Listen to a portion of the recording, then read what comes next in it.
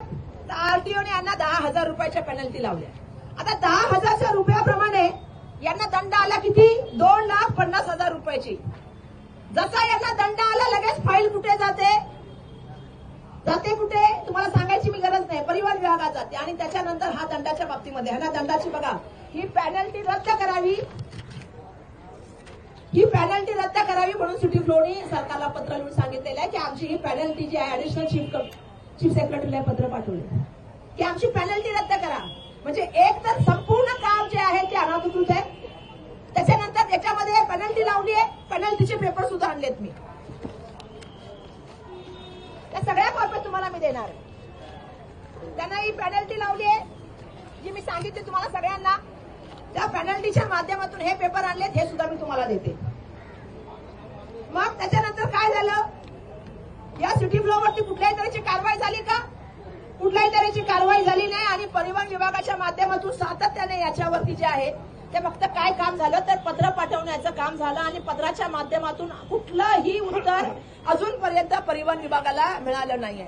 आणि म्हणून माझा या ठिकाणी प्रश्न आहे की आज मोठ्या प्रमाणामध्ये ज्या वेळेला ट्रॅफिकची समस्या होते, वाहनं रस्त्यात असली की त्याच्यावरती जे आहे तो काय म्हणजे त्या ठिकाणी टॅक्स काय म्हणतात त्याला, चार्ज लावला जातो, दंड लावला जातो. मराठी शब्द दंड, बरोबर, दंड लावला जातो. अशा वेळेला त्याच्यावरती कुठल्याही तऱ्हेचा दंड लावला जात नाही. आणि या सगळ्या कंपनीचं कार्यालय कुठं असणार? कार्यालय ठाण्यामध्ये. आणि ठाण्यातून पूर्ण या बसेस चालतात. आणि पूर्णपणे याच्या माध्यमातून कुठल्या बसेस बंद झाल्या तर बीएसटीच्या असलेल्या बसेस त्या ठिकाणी बंद करण्याचं काम झालं. अगोदरच बीएसटी आपल्या सगळ्यांना माहिती 2,000 करोड रुपयामध्ये तोट्यामध्ये. बीएसटीच्या एसी बसेस याच्या माध्यमातून बंद केल्या गेल्या. बीएसटीकडे आता स्वतःच्या असलेल्या किती बसेस आहेत ती संख्या एकदम कमी आहे. आज काही कर्मचारी जे काम करतायत त्यांना प्रश्न असा झालेला आहे की त्यांना त्या ठिकाणी पैसे द्यायला गव्हर्नमेंटकडे पैसे नाहीयेत. त्याचे प्रॉव्हिडंट फंडचे पैसे द्यायला गव्हर्नमेंटकडे फंड नाहीये. आज या काळामध्ये मोठ्या प्रमाणामध्ये या बसेस बंद झाल्यामुळे आज काय झालेलं आहे, लोकांना त्या ठिकाणी पूर्णपणे जे आहे नोकरीतून बाजूला काढण्याचं काम चालू आहे. म्हणजे एका प्रायव्हेट बसला चालवायचं, प्रायव्हेट बसला टप्पा उठवण्याचं काम नसलेलं असताना सुद्धा त्या प्रायव्हेट बसला त्या ठिकाणी पूर्णपणे जर आपण बघितलं असेल कुठलीही परवानगी नसताना परिवहन विभागाच्या आरटीओची त्यांना ते द्यायची पूर्ण परवानगी. त्याच्यानंतर मी सांगितलं ईस्टर वरून त्या ठिकाणी येण्याची परवानगी, इतर बसेस नसताना सुद्धा यांना बसेसची परवानगी द्यावी. बाकीच्या बसेस जर पार्क केल्या तर त्याच्यावरती दंड लावला जातो, याच्यावरती दंड लावला जात नाही. जर दंड लावला त्याच्यासाठी हा सुद्धा दंड रद्द करावा म्हणून वेगळी परवानगी मागण्याचं काम केलं जातं. कोणाच्या आशीर्वादाने या चाललेल्या आहेत आणि कोणत्या बसेस तुम्ही बंद करताय? शासकीय बसेस आमच्या त्या बीएसटीच्या बसेस तुम्ही बंद करताय. याच्या मागे प्रायव्हेट म्हणजे कोण आहेत? फॉरेनचे इन्व्हेस्टमेंट कोणाचं आता नवीन आलंय. पण त्याच्या आधी याचं ऑफिस ठाण्याला होतं. तर ठाण्यावरून चालवणाऱ्या आणि मलबार हिल्स बंगल्यातून चालणाऱ्या लोकांना किती हप्ते मिळतात? आरटीओला किती हप्ते मिळतात? पण मुंबईकरांवरती याच्या माध्यमातून मोठ्या प्रमाणामध्ये अन्याय होत आहे. आणि म्हणून हा मुद्दा घेऊन आम्ही आलेलो असताना आमचं एक स्वप्न आहे जे आम्ही आज या जाहीरनाम्याच्या माध्यमातून आपल्या सगळ्यांसमोर सादर करत आहोत की जोपर्यंत आपलं सार्वजनिक परिवहन सुधारणार नाही, जोपर्यंत आपण त्यांना सुविधा देणार नाही, तोपर्यंत मुंबईमधील ट्रॅफिकची समस्या जी आहे ती कमी होणार नाही. आज मुंबईकरांना सगळ्यात मोठा त्रास जर काय आला तर संडे वेळा भेटतोय, आपण रविवारी भेटतोय.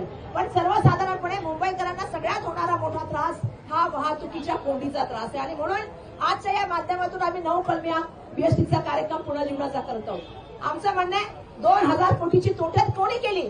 प्रायव्हेट यंत्रणांना तुम्ही सपोर्ट करताय, परवानगी नसताना त्यांना चालवताय आणि बीएसटीला द्यायला तुमच्याकडे पैसे नाहीत. तुम्ही हजार कोटी कोणाकोणाला दिले याचे मी पुरावे सादर केले. पीएफपीच्या भ्रष्टाचाराच्या माध्यमातून 0 काम केला होता, रस्ता केला नव्हता, काही केलं नव्हतं आणि तुम्ही त्यांच्या अकाउंटमध्ये 1,000 कोटी टाकले. तुम्ही बीएसटी चालवू शकत नाही, तुमच्या यंत्रणा चालवू शकत नाही, पण प्रायव्हेट माणसाला चालवण्याचं काम करताय, हे बरोबर नाहीये. आजच्या या आमच्या बीएसटीच्या ज्या आहे ते पुनर्जीवनाचा 9 कलमी कार्यक्रम आम्ही सादर करतो आपल्यासमोर. मला वाटतं सचिन सावंत साहेब तुम्ही याच्या संदर्भामध्ये वाचून दाखवावं. पहिली गोष्ट अशी की ज्या पद्धतीनं खासगीकरणाचा वेग यांच्या कालावधीमध्ये वाढलाय त्यांना निश्चितपणे ज्या पद्धतीचा वापर ते करतायत. आता सिटी फ्लोच्या संदर्भात सांगितलं किंवा ज्या भाड्यावर घेतलेल्या जागा ज्या आहेत बसेस, त्या बसेसमध्ये देखील भारतीय जनता पक्ष आणि महायुतीचे लागेबांधे किती मोठ्या प्रमाणामध्ये आहेत हे आपण सगळ्यांनी पाहिले. आणि म्हणूनच आज बेस बचाव, मिशन बेस बचाव या अभियानाला आम्ही सुरुवात करत आहोत.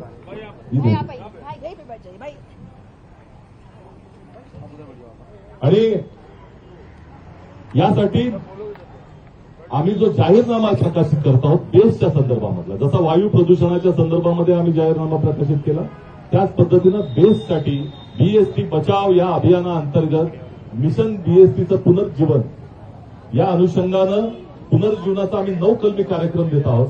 याला कृती आराखडा त्याच्याबरोबर आहे. आणि काय करणार आहोत आल्या आम्ही सत्तेवर आल्यानंतर काय करणार आहोत हे यामध्ये विशद केलेलं आहे. आणि मी आता विनंती करतो वर्षाताईंना, अमीन पटेल जे या विभागाचे आमदार आणि सर्वांना की आपल्याला हा जाहीरनामा जनतेला सुपूर्द करायचा आहे.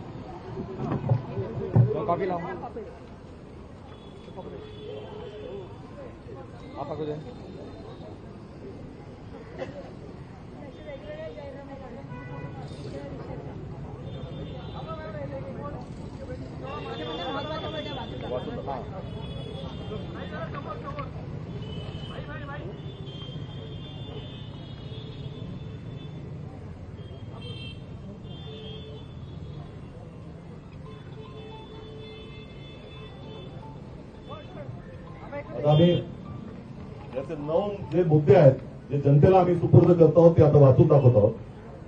पहिली गोष्ट अशी की बेस्ट ही नफा कमवणारी संस्था नाही. हा जर त्यांचा गैरसमज असेल तो त्यांनी दूर करावा.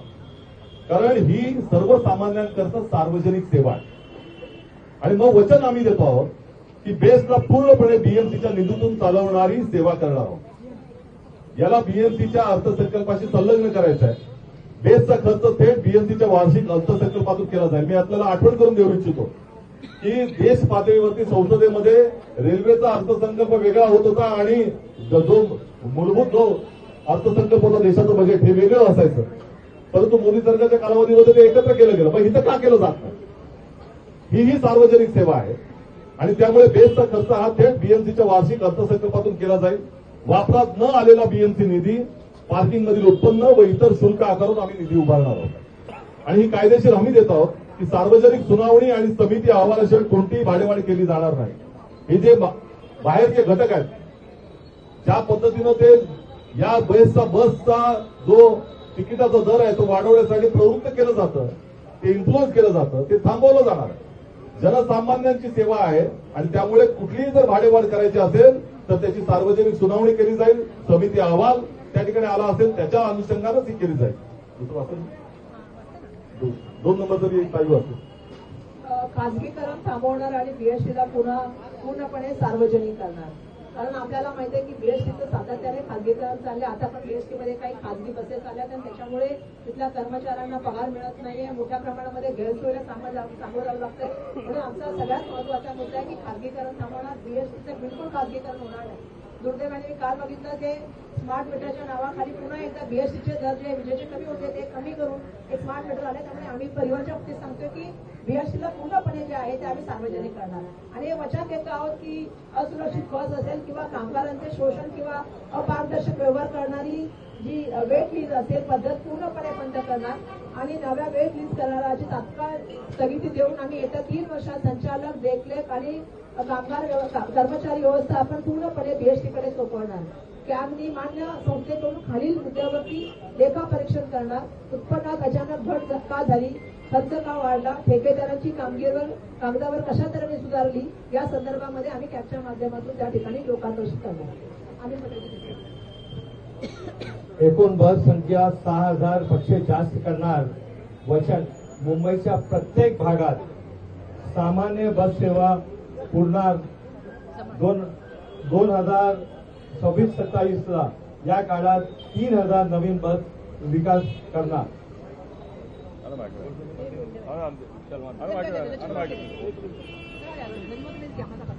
2019च्या करारातील 3337 बेस्ट बस पुन्हा सुरू करणार आहोत. हा कामगार संघटनांचा आणि बीएसटीचा करार होता. त्याच्यावरती यांनी पाणी टाकण्याचं काम केलं होतं. या वचननाम्याच्या माध्यमातून, या जाहीरनाम्याच्या माध्यमातून बेस्टच्या कामगार संघटनांना देखील हा संदेश आम्ही देत आहोत की आम्ही तुमच्या बाजूने उभे आहोत. नव्या इलेक्ट्रिक किंवा सीएनजी बसची खरेदी होईल. बीएसटी आणि बीएमसीच्या कामगार संघटनांमधील कराराला अंमलबजावणी त्याची केली जाईल. डेपोचा वापर रिअल इस्टेटसाठी नाही तर वाहतुकीसाठीच केला जाईल. चालक, वाहक आणि मेकॅनिक यांची कायमस्वरूपी भरती ही आमच्या माध्यमातून आम्ही जर सत्तेवर आलो तर करणार आहोत. त्याचबरोबर ज्या पद्धतीनं पाचवं बंद केलेले लांब पल्ल्याचे मार्ग पुन्हा सुरू करणार. वचन, देशटीला केवळ मेट्रो फीडर लेन्स बनवून ठेवणार नाही. कृती, 2017 पूर्वीचे लांब पल्ल्याचे बस सेवा पुन्हा सुरू करणार. उदाहरण, कुलाबा, बोरवली प्रवाशांच्या सर्व क्षणावर आधारित नवीन पूर्व, पश्चिम आणि क्रॉस हार्बर मार्गावर बस सेवा सुरू करणार. जनतेच्या सहभागाने दर 6 महिन्याच्या मार्गाचा आढावा घेणार. सगळ्यात तिसरा सहावा जो मुद्दा आहे, बेस्ट डेपोच्या जमिनीची विक्री थांबवली जाईल. आम्ही हे वचन देत आहोत मुंबईकरांना की ही डेपो ही सार्वजनिक मालमत्ता आहे, तिचं खाजगीकरण पूर्णपणे रोखलं जाईल. आम्ही जी कृती करणार आहोत, सर्व डेपो डीपीसीआर अंतर्गत फक्त वाहतुकीसाठी राखीव केले जातील. आतापर्यंतच्या सर्व भूखंड करारांची आणि निविदांची चौकशी व लेखापरीक्षण केलं जाईल. चार्जिंग स्थानके, देखभाल केंद्र आणि प्रवासी सुविधांसाठी डेपोचा विकास केला जाईल. 7वा जो मुद्दा आहे, प्रवाशांसाठी भारतातील पहिली हक्क व सुरक्षा सनद आम्ही आणणार आहोत. वचन आम्ही देत आहोत की सुरक्षित, पारदर्शक आणि उत्तरदायी असलेलं बेस्टचं प्रशासन आपल्याला देणार आहोत. कृती काय करणार आहोत आम्ही त्याच्यावरती, तर बस बिघाड झाल्या, आगीच्या घटना झाल्या किंवा तक्रार निवारणाची माहिती सार्वजनिक पोर्टलवरती जाहीर केली जाईल. संक्रमण काळात ठेकेदारांच्या बसची रोज तपासणी केली जाईल. ई बस आणि चार्जिंग स्टेशन संक्रमण काळ यासाठी म्हणतो आहोत की आम्हाला पूर्णपणे खासगीकरण थांबवायचं आहे. त्यामुळे या कालावधीमध्ये जे खासगीकरणाचे करार आहेत त्याच्या कालावधीमध्ये या संदर्भामधील सगळी तपासणी ही केली जाईल. ई बस आणि चार्जिंग स्टेशनचे अग्निसुरक्षा लेखापरीक्षण केलं जाईल. नियमांचे उल्लंघन झाल्यास ठेकेदारांचा करार रद्द केला जाईल. 8वा, आमचं ब्रीज जे आहे, कामगारांचे कल्याण म्हणजे दर्जेदार बस सेवा. वचन आम्ही देतो आहोत की कामगार सुरक्षित आणि समाधानी असतीलच तरच सेवा चांगली मिळेल. आणि यामुळे कृती जी आहे की ड्रायव्हर ओनली पद्धत बंद करून पुन्हा वाहक नियुक्त केले जातील. हे मुंबईकरांना आम्ही हा संदेश देत आहोत की वाहकांची पुनर्नियुक्ती केली जाईल. आणि या नुसतं आताचा त्या ठिकाणी हा प्रश्न नाहीये. ही मुंबईची बेस्ट बस ही धरोहर आहे आपली. ही अनेक वर्षांचा मुंबईचा इतिहास हा बेस्ट शिवाय त्या ठिकाणी करू शकत नाहीत आपण त्याचं वर्णन. कामगारांना किमान वेतन, ठराविक कामाचे तास आणि वैद्यकीय विमा सुविधा आम्ही देणार आहोत. कंत्राटी कर्मचाऱ्यांनाही कायमस्वरूपी कामगारांच्या धर्तीवर समान कामासाठी समान वेतन देणार. इथे त्यांचा आम्ही अग्निवीर करणार नाही. कंत्राटी कामगारांना देखील समान दर्जा दिला जाईल. ईव्ही बसच्या देखभालीसाठी विशेष प्रशिक्षण केंद्र आम्ही त्या ठिकाणी उभारणार आहोत. आणि शेवटचा जो मुद्दा आहे 9वा कलम, पूर्ण पारदर्शकता आणि खुली माहिती. इथे आज आपल्या गेल्या 11 वर्षाच्या भारतीय जनता पक्षाच्या इतिहासामध्ये कशा तऱ्हेने माहिती घडवली जाते आपल्याला माहिती आहे. परंतु इथं आम्ही वचन देतो की खोट्या आकडेवारीचा खेळ आणि माहिती लपवणे बंद होईल. कृती जी करणार आहोत आम्ही त्या ठिकाणी, बसचा वापर, प्रति किलोमीटर खर्च आणि उत्पन्न याची माहिती सार्वजनिक केली जाणार. प्रत्येक डेपो आणि ऑपरेटरचा कामगिरी अहवाल उघड केला जाईल. बेस्ट व्यवस्थापनाची दर 3 महिन्याने लोकप्रतिनिधींच्या समोर जाहीर सुनावणी केली जाईल. भाडे, विलंब आणि रद्दीकरण यासाठी लाईव्ह डेटा पोर्टल विकसित केलं जाईल. बसची जर त्या ठिकाणी काय जी रूट रद्द केला जाईल तर त्याचाही डेटा त्या ठिकाणी आम्ही जनतेसमोर आणणार आहोत. त्यामुळे पूर्ण पारदर्शकता या माध्यमातून बाळगली जाईल. बेस्टचं पुनरुज्जीवन हे करण्यासाठी प्रामाणिक प्रयत्नांची आवश्यकता आहे. ती काँग्रेस पक्षच करू शकतो, कारण इतरांना विवाद पाहिजेत, आम्हाला विकास पाहिजे. धन्यवाद. कोणाला विचारता है काय? बैठो. एक त्याला माइक देना पड़ा. अरे बेटा 2 कुर्सी देख जरा. माइक इधर लगा, 2 नगर सेवक बैठे ना, इधर लगा 2 कुर्सी इधर लगाओ. जरा फुरकान बेटा जरा चाय का इंतजाम करो. पत्रकारांना विनंती आहे की पत्रकारांना विनंती आहे की आपले काही प्रश्न असतील बाबा इतना से मत जाओ ना. बेटा रहे कुर्सी दे, वहां पीछे से कुर्सी लाइए. जाहिद भाई के लिए कुर्सी लगा भाई. जाहिद भाई क्यों उठा रहा है?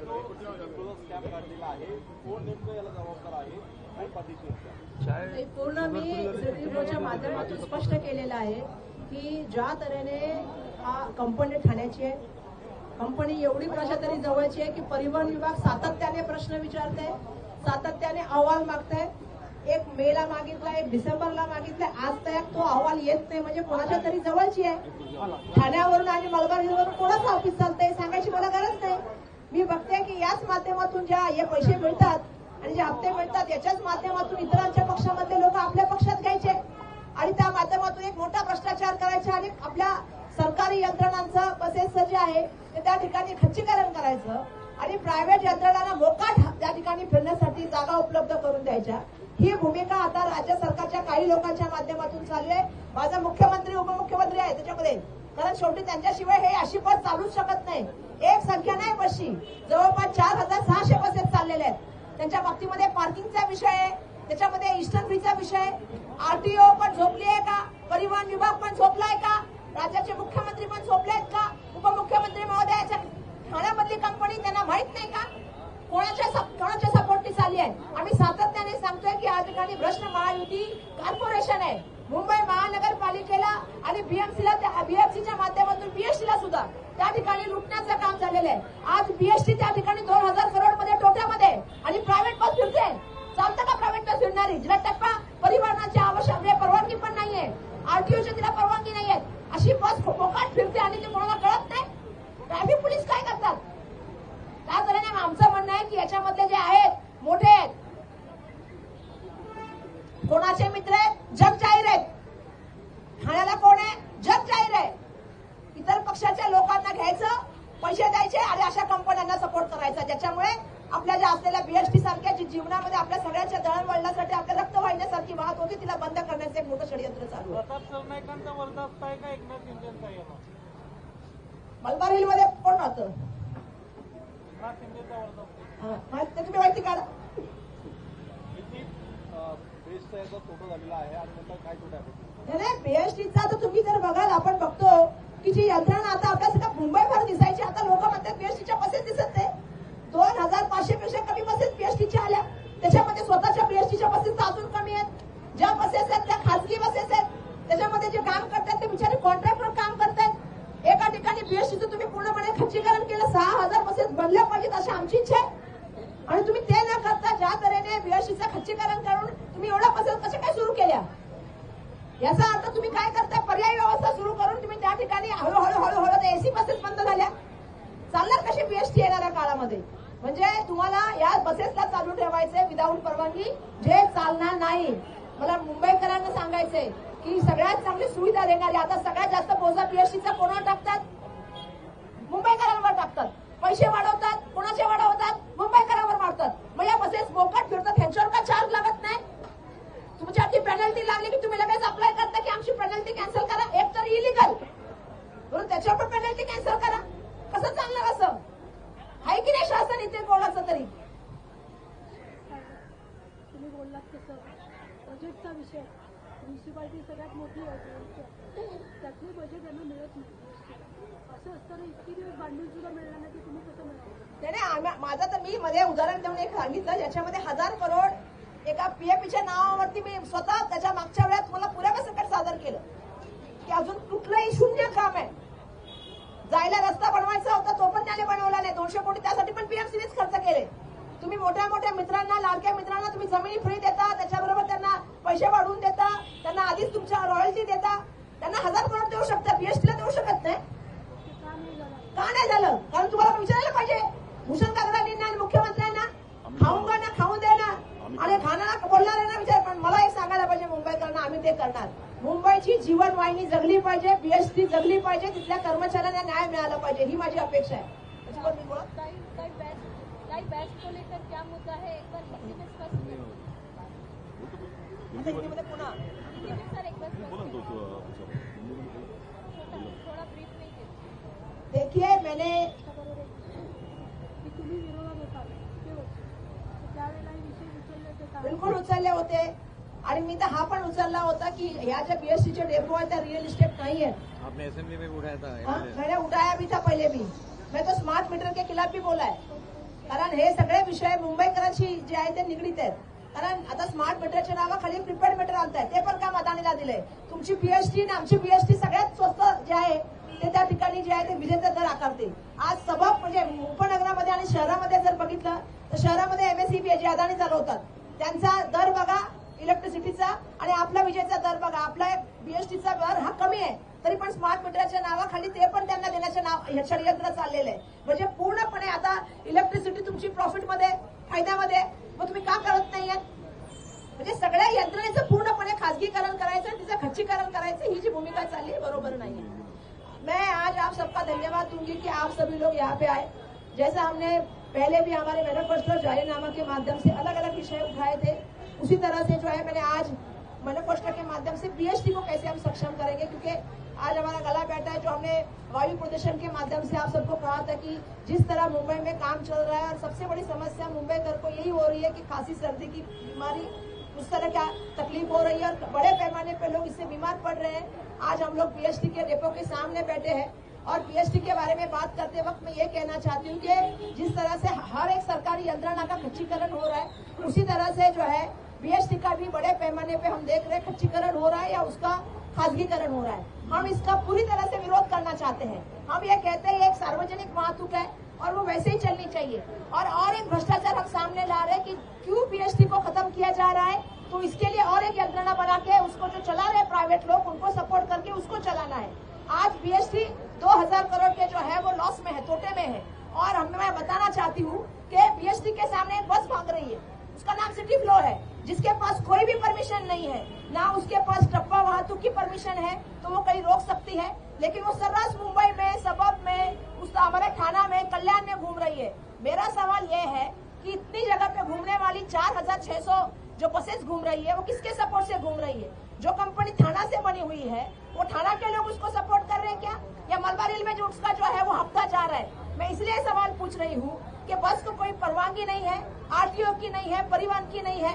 परिवहन विभाग के पत्र मैंने आपको दिखाया, आपने देखा, थोड़ी देर पहले मैंने बात की. परिवहन विभाग के 2 पत्र मैं आपको भेज देती हूँ. उनको जब सवाल पूछा गया विधिमंडल में कि भैया ये बस कैसे जा रही है जब इसके पास कोई परवाना नहीं है, आज 150 रुपए से लेकर 250 रुपए चार्ज कर रही है. मुंबई में रहने वाली बीएसटी की सभी बसेस, एसी बस को ये बस बंद कर रही है, तो इसको परवानगी किसने दी है? तब क्या करता है परिवहन विभाग? 2 पत्र भेजता है, एक मई में भेजता है, एक दिसंबर में भेजता है. आज तक उसका कोई जवाब नहीं आता है. उस बस को कोई पेनल्टी नहीं लगती है. स्टेशन फ्री पे कोई आम बस नहीं जा सकती, लेकिन सिटी फ्लो जा सकती है. तो आरटीओ के अधिकारी सोए हैं, परिवहन के अधिकारी सोए हैं, राज्य के मंत्री सोए हैं. तो क्या चल रहा है यहाँ पे? दूसरा सबसे बड़ी बात है, ये जो बस चल रही है, इसकी कंपनी कहाँ से शुरू हुई है? आज उसमें फॉरेन इन्वेस्टमेंट आ रही है, तो इसके पीछे कौन है? इतना बड़ा षड्यंत्र कौन कर रहा है? और इसके माध्यम से बीएसटी को खत्म करने का चल रहा है. आज बीएसटी की अवस्था ऐसी है कि जो कर्मचारी है वहाँ के, उनको पीएफ का फंड वहाँ पे नहीं मिल रहा है, और ये सिटी बस चलती जा रही. इतनी बड़ी पार्किंग है, मैंने आपको वीडियो भी दिखाया. उनके ऊपर पेनल्टी लगाते हैं 10,000 रुपए की सिर्फ. क्यों? और उसका 2 लाख रुपया होता है 2 लाख रुपया होता है, उसको भी माफ करने के लिए भेजते हैं लोग. तो किसके मदद से ये सब होता है? बीएसटी को बचाना पड़ेगा. बीएसटी को अगर 2000 करोड़ रुपया देना पड़ा तो वो देना पड़ेगा. लेकिन मुंबई में अगर ट्रैफिक की समस्या आपको छुड़ानी है, तो सार्वजनिक वाहतुक, जिसका सबसे बड़ा जरिया बीएसटी था, उसको आपको जिंदा रखना पड़ेगा, उसको आपको चलाना पड़ेगा. दुर्भाग्यवश हम देख रहे हैं कि जिस तरह से एक पूरा मुंबई में जो है एक चल रहा है, उसको जो हम कह रहे हैं कि भ्रष्ट महायुति कारपोरेशन, जिसने बीएसटी का खच्चीकरण किया है, उसके खिलाफ हम बात कर रहे हैं. और हमारा विजन क्या होगा, हम क्या लेके आने वाले हैं, यह हमारे जाहिरनामा के माध्यम से हमने कहा है. हमारा विजन है कि 6000 बसें हमें चलानी है. हमें इसका जो है वो जो है सार्वजनिक वाहतुक बनानी है, किसी की खासगी वाहतुक नहीं बनानी है. कर्मचारियों को न्याय देना है. इस बारे में हमने ये पत्र लाया है जो हम आपके सामने रख रहे हैं. Thank you.